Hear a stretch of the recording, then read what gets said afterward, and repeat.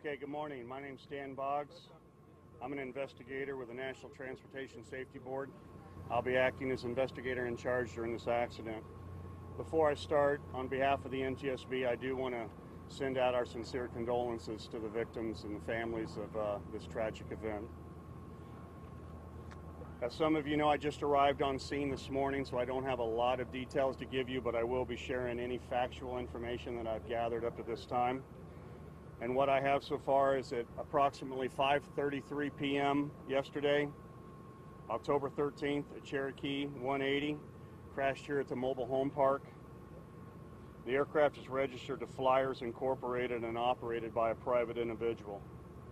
Right now, preliminary information that I'm going to be able to give you is that we have one fatality from the plane and one fatality that was on the ground. Anything pertaining to the victims will be given to you, names and all, by the medical examiner, and that will be provided by the Palm Beach Medical Examination Group. As the NTSB, we're here, we're wanting to know not just why the accident happened, but we also want to understand what happened, and we're going to prevent it in the future. The NTSB, while we're here on scene, we will not be determining any probable cause, and we're not going to speculate what may have caused the accident. That will come in time. We will be on scene a total of about 2 days. Probably later this afternoon we'll be removing the wreckage, and tomorrow we will finish up and get off scene. One thing I would like to do is I would like to comment on the first responders and the Sheriff's Department that was here and worked very hard throughout the night and helped secure the scene. Anything pertaining to the accident, we may be able to give another briefing a little bit later on this afternoon if more information comes up. That's all the factual information I have right now, but I will take a few questions. Since we do have a large group, I'm just going to start from the left, and we'll go around twice, and then I'm going to have to go back to work. So, any questions? What can you tell us preliminary? There's quite a few people that saw this plane head from the west and come to the east and land on that mobile home. What can you tell us? We do know that the aircraft started out in Orlando, and he was coming down here to Lantana for his flight. We are tracking information. We are talking to find out if he was talking to ATC and any radio communications that have. We do know that there is some security video that has popped up out there. We are reviewing that as we speak. But the flight details, it's probably going to take us a couple days before I know the exact course and route that he was taking. Do we know where he was going? He was just coming here to Lantana. Are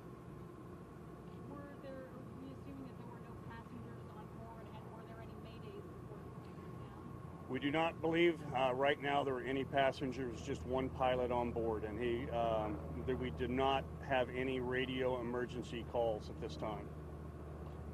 No 911 calls or anything? No. Were there any additional injuries in addition to the death? There was one fatal on the ground that was in the mobile home trailer that he did hit, so there was a total of 2 fatals, yes. No other injuries as far as anyone else in the area? No. Can you give us the tail number? I do not have the tail number right now. It's completely engulfed, and that's the information. We have to pull that from the maintenance records. How many people were involved in the airplane and also on the ground? How many were invited? One person in the plane and one person on the ground.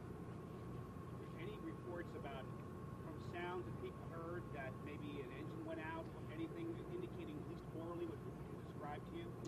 We are pulling all of the 911 tapes, and I have received a list of the Sheriff's Department of all the witnesses that have it.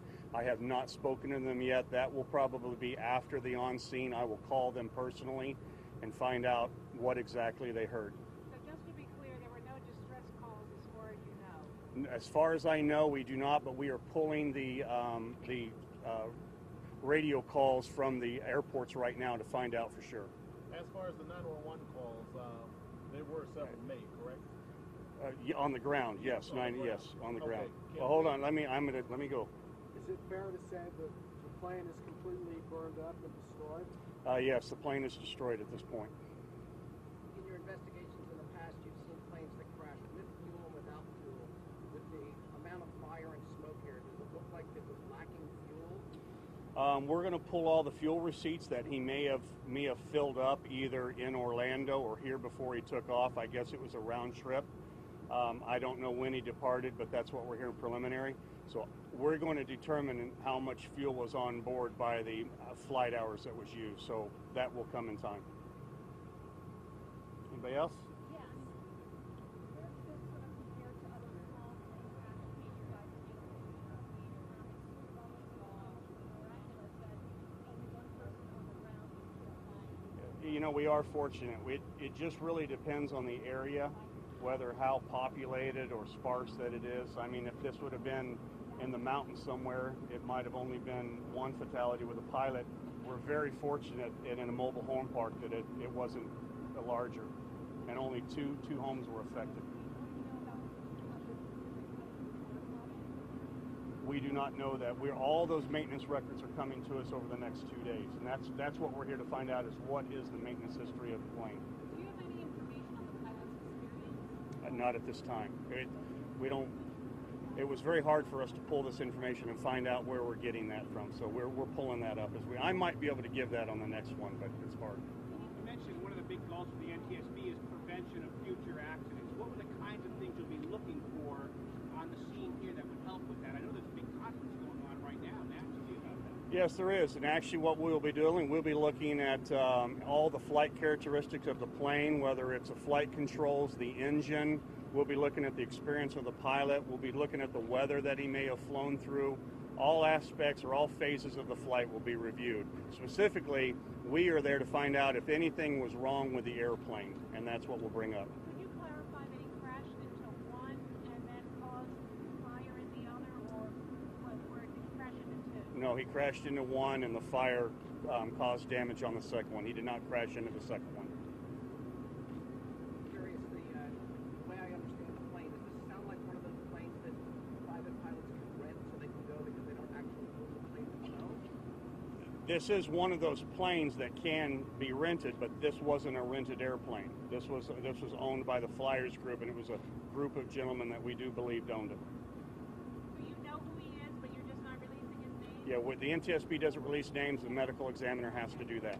Can you tell us that the pilot lives in Orlando? Is that where he's from? We believe we don't know his exact address yet because we don't pull that. So I one more, and then that's all I'm going to take. Yes.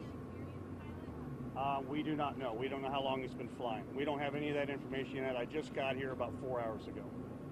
All right, I just really want to thank you. If there is more information that we do have, I will let our comm center know, and they will reach out to you and let you know if there will be another press conference. Thank you.